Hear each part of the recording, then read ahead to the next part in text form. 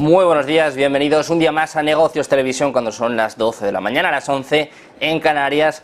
Un momento en el que vemos a las bolsas europeas con subidas importantes, subidas de más del 1% en la mayoría de los índices, pendientes en cuanto al aspecto económico de esta reunión que va a tener lugar el viernes, todos pendientes del simposio del Jackson Hole, pero si nos ceñimos a lo geopolítico, todo el mundo está pendiente, tiene el foco puesto en esta reunión histórica por parte de los BRICS. Ya se empiezan a conocer algunos detalles que les fuimos contando en el día de ayer. Por ejemplo, Argentina se cae de la cumbre, ya ha anunciado pues que ni siquiera va a asistir presencialmente a este evento. Marruecos también se distanciaba ayer de los rumores que apuntaban a una invitación, incluso a una inclusión dentro de la alianza, pero hay muchas más noticias también, muchas de ellas nos llevan a Rusia y precisamente vamos a empezar por esto, vamos a empezar contándoles en este caso que Rusia ha cerrado su espacio aéreo. Como les cuento, la defensa aérea de Rusia ha derribado 2 drones de ataque en la región de Moscú, según ha dicho en las últimas horas el alcalde de la capital, Sergei Sobyanin, en la red de mensajería de Telegram. La defensa aérea apuntaba a que abatió 2 drones de ataque, uno en el área de Krasnogorsk, el otro en el área de Chasiv. Además,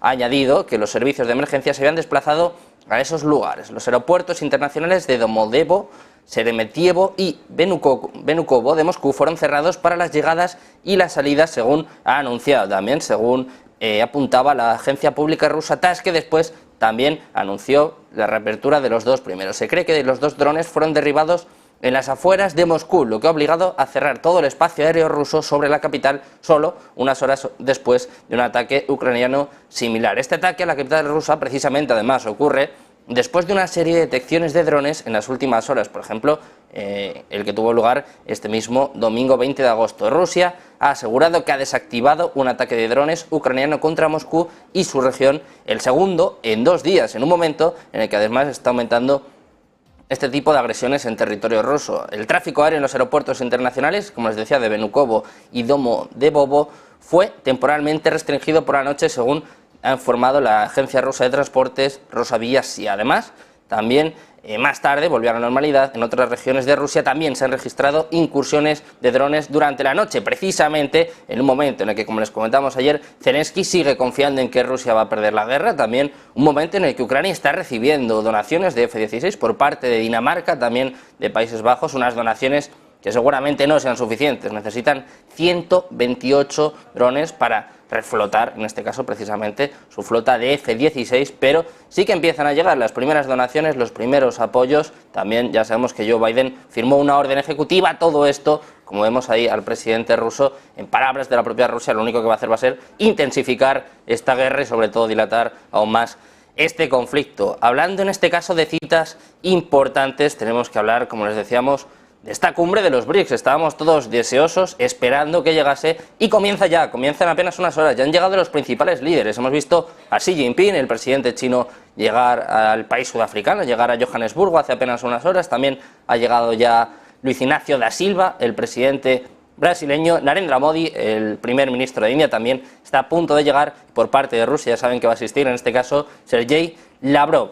La capital de Sudáfrica, Johannesburgo, va a ser en este caso la que reúna a los principales mandatarios del mundo, más allá de los BRICS. Ya saben que más de 40 altos cargos de muchos países, de algunos de los países más importantes del mundo, van a asistir a esta reunión. 40 jefes de Estado, esta cumbre anual de los BRICS, que además va a ser la primera presencial desde 2019. Por la pandemia del coronavirus han tenido que ser la mayoría de ellas por videoconferencia. Hablando de videoconferencia, precisamente, el presidente ruso Vladimir Putin, aunque no esté presencialmente, sí que va a asistir mediante videoconferencia, y el encuentro de este año, como les decimos, va a ser crucial, va a ser una cita histórica, reviste especial importancia porque se va a abrir la incorporación, se va a abrir la puerta a la incorporación de nuevos miembros, sobre todo con el esfuerzo de Rusia y de China para expandir su influencia en un entorno global enfatizado por las tensiones de Estados Unidos con sus aliados. Los orígenes de los BRICS no se remontan muy lejos en el tiempo. De hecho, se lo hemos comentado en alguna ocasión, fue un economista americano de Goldman Sachs el autor de este acrónimo cuando nombró a las economías emergentes más potentes y dibujó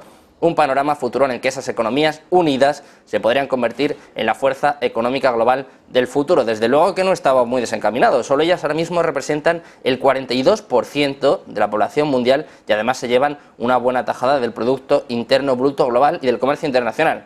superior al 18%, más o menos una quinta parte, y eso que es posible que en esta reunión entren algunos países como Arabia Saudí y como Indonesia. Los llamados BRICS van a celebrar esta semana la que podría llegar a ser la cumbre más relevante de su historia, desde el martes hasta el jueves. Desde hoy hasta el jueves los países miembros de cuyas iniciales se deriva este acrónimo se van a reunir en Johannesburgo para decidir en más de un sentido el futuro de este bloque. Como les decimos, la expansión va a ser fundamental, la desdolarización, también este comercio en monedas locales que ya están llevando a cabo los países de los BRICS y a los que es posible pues que se sumen muchos de los países que están deseando entrar en el bloque. La cita va a ser crucial para muchos de sus miembros, empezando por ejemplo por Rusia, y es que Moscú está respaldando que los BRICS admitan a nuevos miembros y además que desarrollen su propia divisa que permita plantarle cara al dólar, al euro y en último término también sortear las sanciones asociadas con estas monedas. A nadie se le escapa que el propósito es afianzar el componente geopolítico de la entidad frente al meramente económico que estaba predominando hasta la fecha, que además permite impulsar lo que Rusia y China denominan la multipolaridad frente a la hegemonía de Occidente. De hecho, como les decíamos, ya empieza a haber los primeros movimientos. Por ejemplo, Argentina hasta hace poco era una de las favoritas para entrar en esta alianza, pero se ha caído de esta cita. El presidente Alberto Fernández ya ha confirmado que no va a viajar a la cumbre de jefes de Estado de los BRICS ante la decisión de este grupo de países emergentes de no tratar en este foro la incorporación de Argentina y visualizar de esta forma también que se diluye también la posibilidad de que el país pueda recibir fondos en lo inmediato del nuevo Banco de Desarrollo de los BRICS. No está definido todavía si va a viajar en su lugar el canciller Santiago Cafiero en representación de Argentina como invitado especial a esta cumbre. En cambio, lo más probable es que el presidente emita un mensaje grabado o que participe brevemente de este foro de manera virtual, pero no mucho más que eso. De esta manera queda confirmado que en la agenda de trabajo de la cumbre de los BRICS no está la idea de analizar la incorporación al bloque de Argentina y sin embargo los que están en este caso primando, los que más importancia tienen, los que más opciones tienen de entrar al bloque son tanto Indonesia como Arabia Saudí. Ojo, porque pueden entrar más, pero estos dos son los que tienen más opciones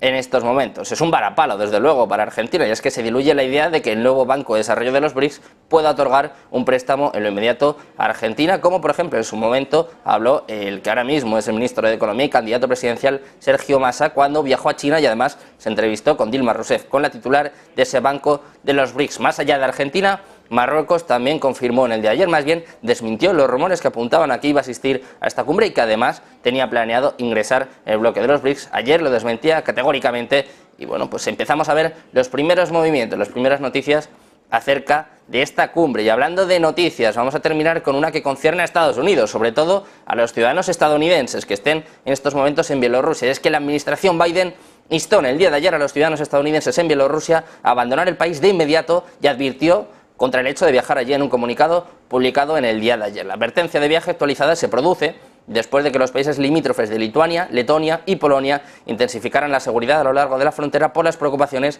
sobre las fuerzas mercenarias exiliadas en el país. El Departamento de Estado en esta advertencia que les comentamos alentó a los estadounidenses que aún se encuentran en Bielorrusia a abandonar el país de inmediato y además clasificó al país como un riesgo de nivel 4. Ojo, porque esta es la advertencia de seguridad más alta. Entre otras cosas, el comunicado decía que no viaje a Bielorrusia debido a que las autoridades están facilitando el ataque de Rusia contra Ucrania. Además, hablaba de un aumento de las fuerzas militares rusas en Bielorrusia, la aplicación arbitraria de leyes locales, el potencial de disturbios civiles, el peligro de detenciones y la embajada capacidad limitada para ayudar a los ciudadanos estadounidenses que residen o que viajen a Bielorrusia. Esto es precisamente lo que escribía el Departamento de Estado en su advertencia. La semana pasada, Lituania cerró 2 de sus 6 cruces fronterizos con Bielorrusia. El Departamento de Estado instó a los estadounidenses a viajar a través de los cruces fronterizos abiertos restantes, advirtiendo que los gobiernos polacos, lituanos y letones han declarado que es posible que se cierren